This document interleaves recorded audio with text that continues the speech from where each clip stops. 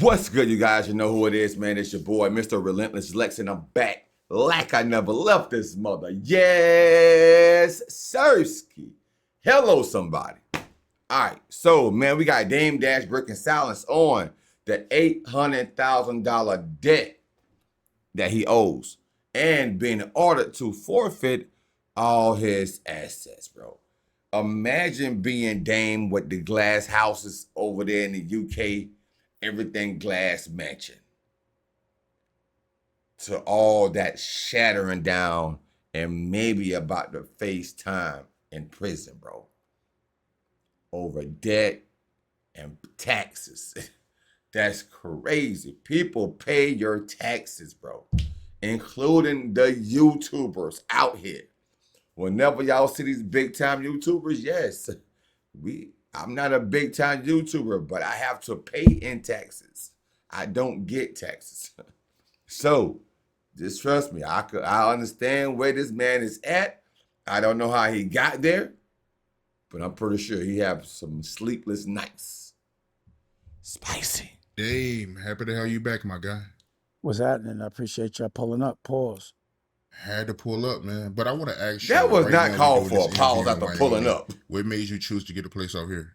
Well, I'm at the Dusco Ranch, and honestly, initially, we were working with Kanye, and we bought the ranch so that my environment could be a little more comfortable, because he had his own environment. He got 4,000 acres, and I don't mean to tell all his business, but I got 25. You know what I mean? But it was more so that I could work in an environment that was conducive to what I like. And then we looked at it more of an investment, a family, because this is my family's property. And we looked at it more of an investment also because we bought it and then we gutted it, flipped it. And we were like, if we don't like it, we'll just sell it and invest it in something else. And ultimately what happened was he, moved out of Wyoming, or he hasn't really been going back, and he knocked down all the buildings. So we were like, we'll just keep it for a little while. And again, my family loved the serenity. The only issue is it's only like it's only good for me in the summertime, about 3 weeks out the year. And again, it was meant to be an investment for the family office. And it's hard. You can only like rent it out seasonally. So we were like, more than likely we're going to just, sell this and look at it as a business, and then go invest in a farm that we could do more things with, and then flip that. But real estate for the family office is a vertical for sure. You like being out there? It's called, I love it. It's called the Dusco Ranch. I call it like white people, really. And it's a juxtaposition because me being from like generations now of having a certain amount of money and doing and living a certain way, it's almost like, when somebody white moves into a black neighborhood and everyone's like, oh, and that white person maybe will look at the environment and be like, it could be better based on people's mentality. Man, dang, I have no idea what the hell you talking about, bro. What the hell is Dame talking about? When a white person moving to a black person, bro, blacks and whites been living together in neighborhoods forever, Dame. I don't know what the hell you. Are you okay, my boy? I'm like a black Are man that you has a okay? ranch out here, and everyone out here is white. So everyone that works on the ranch, ultimately that works for me, is white. So I'm like the black guy in a white town, and I'm like, you know, it's just a different perspective when you're looked at as how, you know, it's like a juxtaposition to me. A lot of situations happen, like having to kill a rattlesnake. Like Rocky's cousin was out here and the kids were walking and he had to come out and hit the rattlesnake. It'd be bears out here. Like we got a river, my son Dusco, and I have it documented. He caught his first fish with his uncle in his own river, you know, and that was priceless to me. But That's again, pretty dope. for me, it's beautiful, but it's almost like white people Caribbean because it's cold and it's beautiful. But I like to be in warm places, and it's also hard to get out here. You got to take 2 planes. So when we first bought the ranch, we were coming from LA and we were taking private jets. We were working with Kanye, and then we were taking tour buses. But when we moved to Florida, we like, oh, you got to take 2 flights out here. You got to pay for 2 flights. So it became hard to have artists come out here because also my intention was to work out here as well. So, you know, again, I've got a good dose of it. We've been here for about 5 years. Like we skipped a year, but also like having a crib that you have when you have a lot different cribs, you have to pay as if you live in those cribs all year round. So it's like paying for a bunch of cribs that you don't live in and that you don't get to use. So at some point, it doesn't become the best investment for the family office.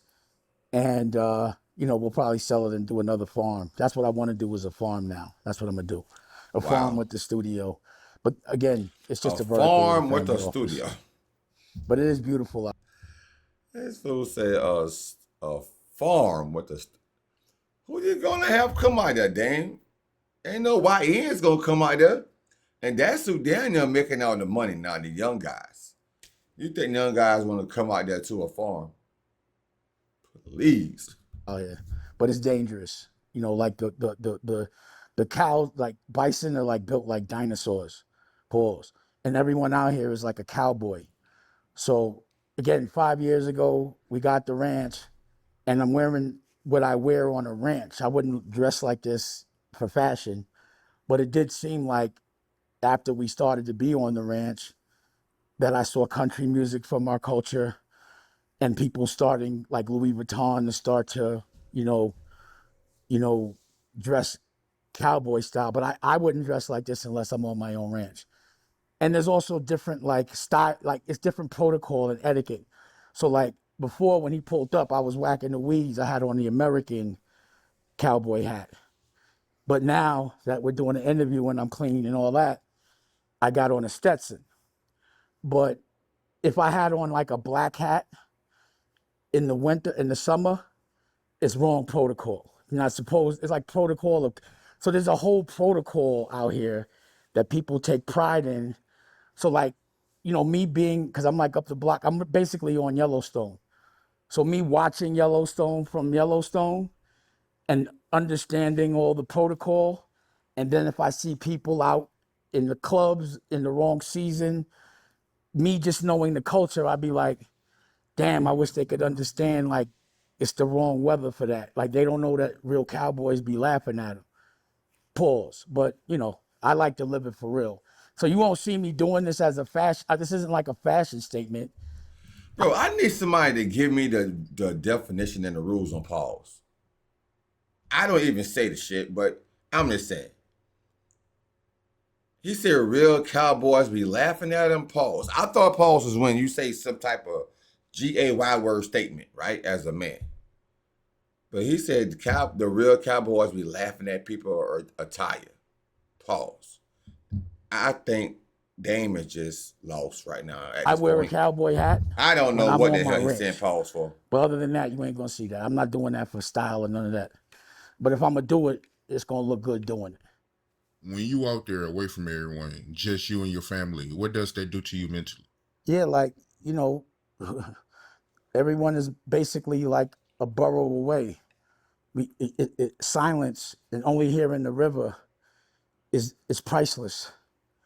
Being able to focus on my family and only my family is priceless. And that to me is like the ultimate wealth, is being able to control your environment, to be around people when you feel like being around people. And, me, I don't really, in this moment in my life, and, I think being age appropriate at 54, I don't really feel like being around anyone but my family and the people that I love. And that's all I work for, is my family and the people that I love. And that's really all I care about. That's all I care about, how they feel about me. All I care about is their perspective and how they feel. And it doesn't matter what the rest of the world is ever saying, because this is my heaven And the thing about heaven and hell is it could be contagious. So you could be in heaven and somebody could come around. I don't know if this me or is it just me, but to me, he's giving me Kanye West vibes on this interview. It seemed like Kanye West has set him down and told him how to act.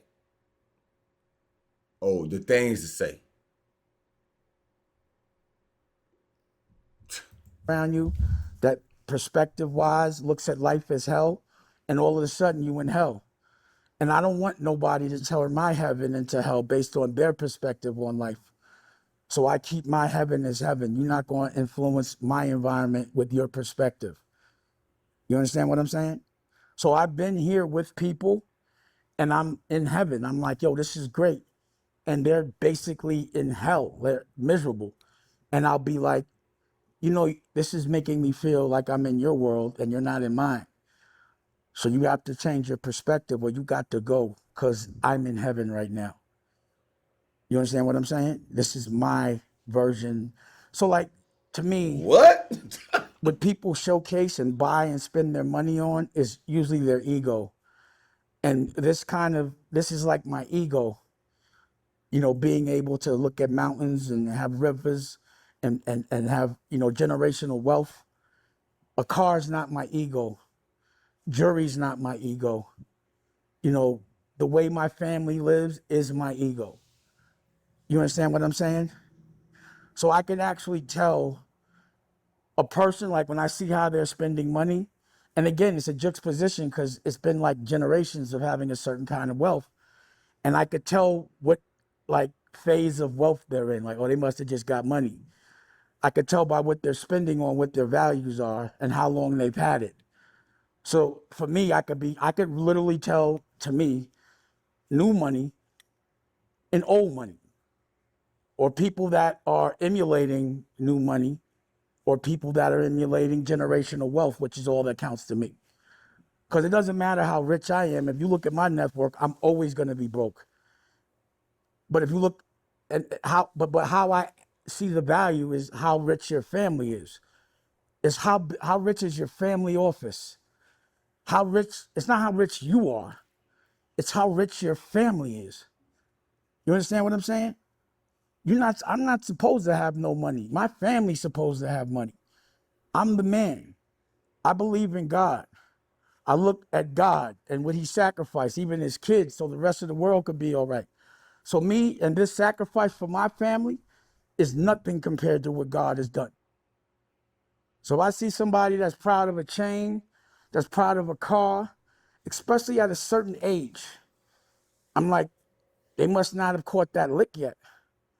I'm seeing people change that I knew that had a certain amount of money and acted a certain way, and now that they have certain opportunities and what I call jobs, they've changed their whole perspective on how they move. And I'm like, oh, he must have just got, like, if I see Facts. somebody that's like, oh, I'm on vacation, and they're so proud to be on vacation, or they're so proud to have a car. I went through that phase in my life at 19, at 16.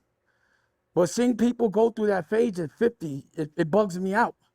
And to see how they move culturally and how they'll sacrifice their culture for money, their integrity, how they'll show up every single day for a check to talk about people, it just wasn't how I envisioned my life. And that's not what you'll be. Okay, now that part I can understand, Dane. Now you're dropping some gems on this point right here.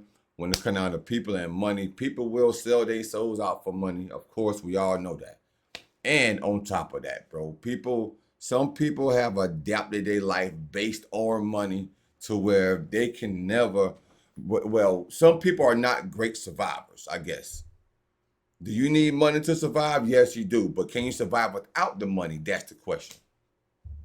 Seeing me doing.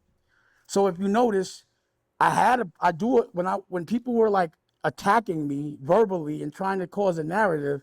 I did a show and it made a lot of money for the company, but I just didn't feel like doing it anymore. I'm not talking for money unless I feel like it. I went on a little tangent there, but I do that. Nah, it's all good. Speak your mind, man. But speaking of that, right? Money and generational wealth. The news that broke that you was in debt by 800K and you had to give up your assets. Can you speak on that? Like, is that true or no?